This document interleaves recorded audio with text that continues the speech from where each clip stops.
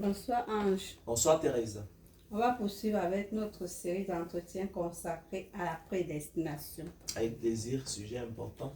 Qu'est-ce que l'apôtre Paul a à nous dire au sujet de la prédestination? L'apôtre Paul,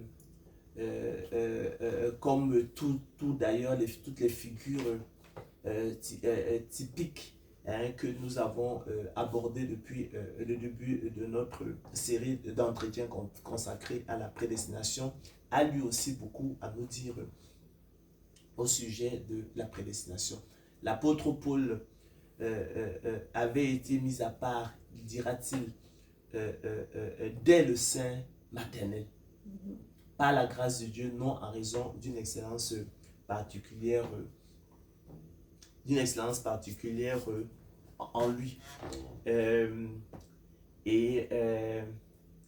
Avant sa rencontre avec le Seigneur Christ sur la route de Damas, il était un pharisien zelé pour les traditions de ses pères. Il considérait la loi comme des choses excellentes. Mais après la rencontre tumultueuse avec le Seigneur sur la route de Damas, où effectivement il a été humilié, lui qui se rendait justement à Damas pour persécuter l'église, il a senti sa misère, et ces choses qui avaient beaucoup de valeur pour lui, il les a considérées effectivement comme de la boue. Donc l'apôtre Paul contraste donc avec Saul de Tarse. Saul de Tarse qui était un persécuteur de l'église, un pharisien, un meurtrier. Il recherchait la justification dans les œuvres de la loi. Il fut réprouvé, il fut humilié, il fut jeté au sol, il fut réprouvé. Et en revanche, l'apôtre Paul, lui, il reconnaît qu'il a été mis à part dès le sein maternel. Non en raison d'une excellence particulière en lui. Il se considérait d'ailleurs comme le premier il te considérait effectivement comme le premier des pécheurs. Donc il nous en parle dans l'épître de Paul aux Galates, selon qu'il est écrit. Je vous déclare, frères, dit-il, que l'évangile qui est annoncé par moi n'est pas de l'homme, car je ne l'ai reçu ni appris d'un homme, mais par une révélation de Jésus-Christ. D'accord? Donc c'est lui qui nous a parlé de la prédestination. Il a appris par une révélation du Seigneur Jésus-Christ. Il parlera de ces choses que l'œil n'a point vues, que l'oreille n'a point entendues, qui sont pour monter au cœur de l'homme. Ces choses que Dieu a préparées pour ceux qui l'aiment. Il les a révélées par l'Esprit, afin qu'elles soient pour nous une consolation éternelle, une bonne espérance, un puissant encouragement. Vous avez su en effet quelles étaient autrefois, dit-il, ma conduite dans le judaïsme. Comment je persécutais à outrance et ravageais l'église de Dieu. Et comment j'étais plus avancé dans le judaïsme que beaucoup de ceux de mon âge et de ma nation, étant animé d'un zèle excessif pour les traditions de mes pères.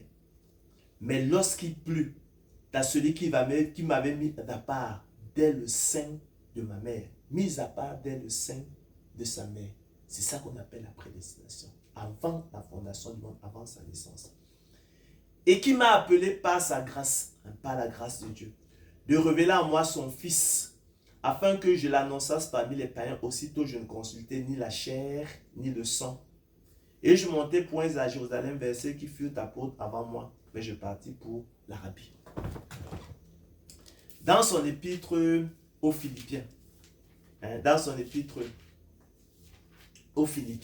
il prend ses distances effectivement avec les œuvres de la loi. Ces choses-là qu'il considérait effectivement comme des choses précieuses, mais il les regarde à présent comme de la boue, selon qu'il est écrit. Il dit, je me lasse point de vous écrire les mêmes choses, et pour vous cela est salutaire. Prenez garde aux chiens, prenez garde aux mauvais ouvriers, prenez garde aux faux circoncis. Car les circoncis, c'est nous qui rendons à Dieu notre culte par l'Esprit de Dieu, qui nous glorifions en Jésus-Christ et qui ne mettons point notre confiance en la chair. Moi aussi, cependant, dit-il, j'aurais sujet de mettre ma confiance en la chair. Si quelque autre croit pouvoir se confier en la chair, je le puis bien davantage. Moi, circoncis le 8e jour, de la race d'Israël, de la tribu de Benjamin, hébreu né d'hébreu, quant à la loi, pharisien, un grand observateur de la loi. Quant aux ailes, persécuteurs de l'Église, irréprochable à l'égard de la justice de la loi. Mais ces choses, dit-il, qui étaient pour moi des gains, je les ai regardées comme une perte à cause de Christ. C'était un adepte de la religion de Caïn. Mais il va migrer, passer à la religion d'Abel, lorsqu'après sa rencontre sur la route de Damas avec le Seigneur Jésus-Christ. Et même je regarde toutes choses comme une perte à cause de l'excellence de la connaissance de Jésus-Christ mon Seigneur, pour lequel j'ai renoncé à tout. Et je les regarde comme de la boue afin de gagner Christ et d'être trouvé en lui, non avec ma justice. Voyez-vous, celle qui vient de la loi, mais avec celle qui s'obtient par la foi en Christ, la justice qui vient de Dieu par la foi, afin de connaître Christ et la puissance de sa résurrection, etc., etc. Donc vous voyez qu'il prend ses distances avec la loi, la justice qui vient de la loi, la justice de la loi, sa justice, pour s'en remettre à la miséricorde de Dieu, à l'élection de la grâce, à la prédestination des yeux de Dieu au salut, à la justice sans les œuvres, à la pitié de Dieu.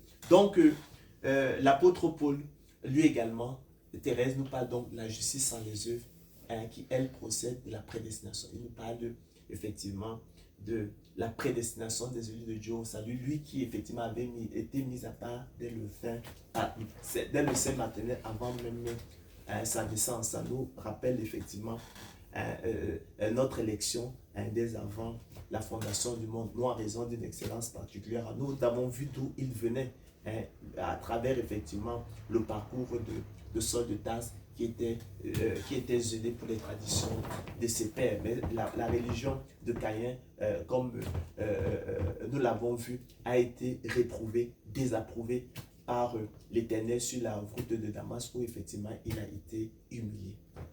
Merci Ange. C'est moi Thérèse qui te remercie.